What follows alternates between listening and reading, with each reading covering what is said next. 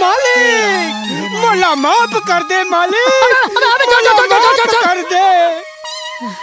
मैं दुलार काला कथे, मैं कछु नहीं जानो मालिक, मैं कछु नहीं जानो। तोला में बड़ परेशान करे मालिक, बड़ परेशान करे। मोर बापा माँ से शादी करे पहले मर गए मालिक, पहले मर गए। और मोर माँ मोला जन्म दे से पहले मर गए मालिक, मोला माफ कर दे मालिक, मैं तोर पापा। ले भाई जा माफ कर, जा जा जा जा जा जा जा। तू मना मोर एक तोहफा ला स्वीकार कर ले मालिक। अरे कहीं लगा, ले भाई जा जा जा।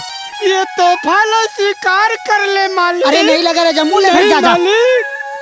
तू मन ये तोहफा ला स्वीकार न करूं तो मैं समझ जाऊं तू मन मोला माफ नहीं कर। ले ये भेद स्वीकार कर ले मालिक। ले भाई जा जा जा। देख ले मालिक, जम्मू में बाद में देख लूं। ले भाई जा जा जा। खोल के नहीं देखूं तो मोरे दिल ला तसल्ली घलो नहीं लगे मालिक। ले भाई जा जा जा जा।